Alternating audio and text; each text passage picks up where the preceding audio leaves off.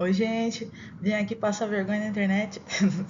Brincadeira. Eu vim aqui corrigir essa prova na segunda fase do Ministério Público de São Paulo, 2025, aplicada nesse domingo, dia 27 de abril de 2025. Mas somente a questão mais legal, que é o que? Direito empresarial.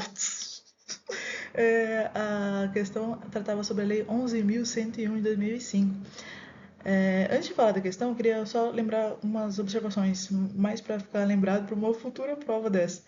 É que foram disponibilizadas 30 linhas para a resposta de cada questão, então são 5 questões, totalizando 150 linhas no caderno de resposta para as questões. Foi disponibilizado também o caderno de rascunho, então tinha bastante folha, então dava para fazer bastante esqueleto de questões, teoricamente, né, porque o tempo é curto.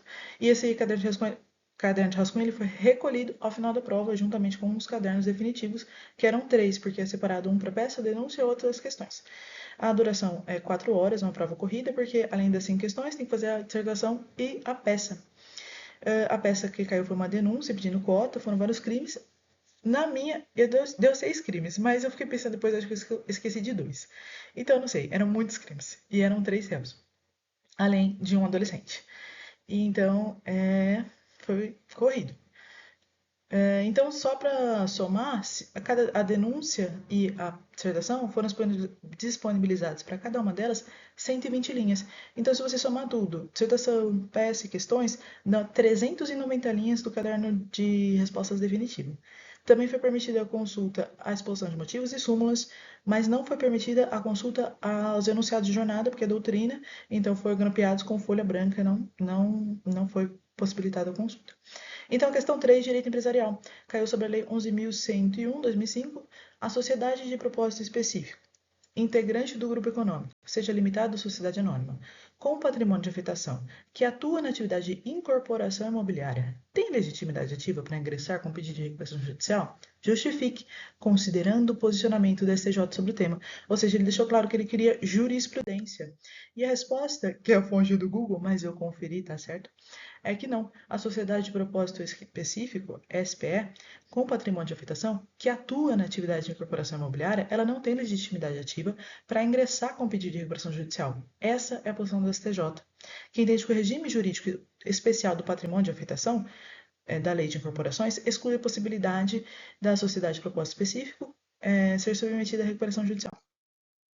A fonte da resposta é esse julgado 2022 do STJ, esse recurso especial. A resposta está nessa parte grifada, que a sociedade de propósito específico, que atua na incorporação imobiliária e administra patrimônio de afetação, ela está submetida a um regime de incomunicabilidade criado pela lei de corporações, e isto é incompatível com a recuperação judicial.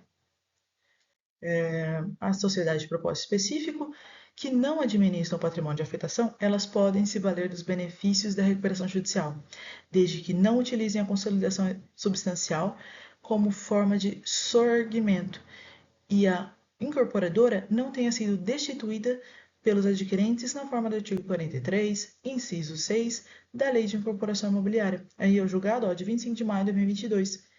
Então, resumindo, a sociedade de propósito específico, se ela tiver patrimônio de afetação, ela não vai ter legitimidade para requerer essa recuperação judicial por conta do regime de incomunicabilidade que estava descrito lá no julgado.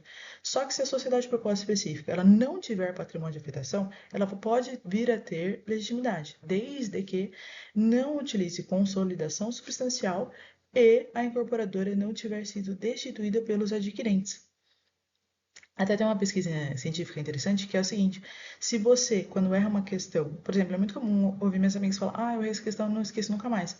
Por quê? Você associou essa questão que você errou, essa informação, a um sentimento. Às vezes é um sentimento não muito nobre, mas isso permite que essa memória ela dure e talvez ela possa durar pro resto da sua vida. Então, olha que interessante.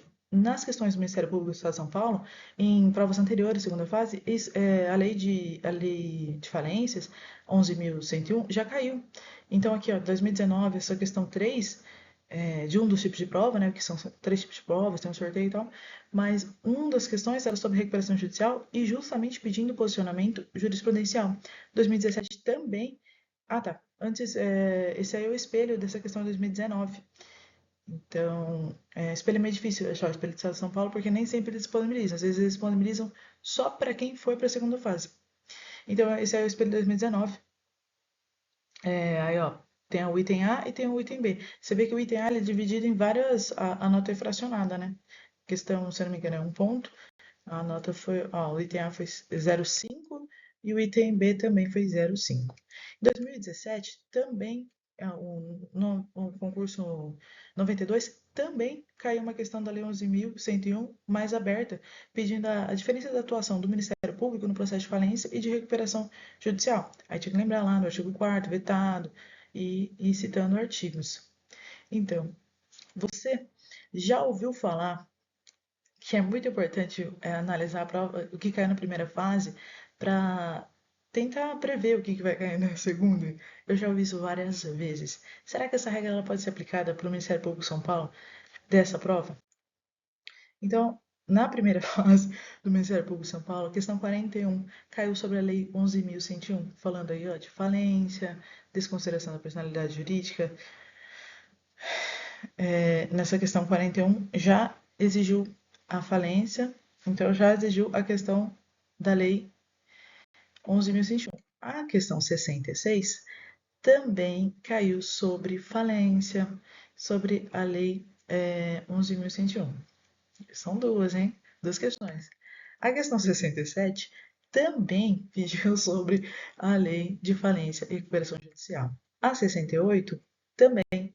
Ou seja, sim, caíram 4 questões da Lei de Falência e Recuperação Judicial na primeira fase e foi a única questão empresarial, que só pode ser uma mesmo, exigida na segunda fase. Como diria Chiquinha, pois é, pois é, pois é. É, mas ó, na vida a gente nunca perde. Ou a gente ganha, ou a gente aprende.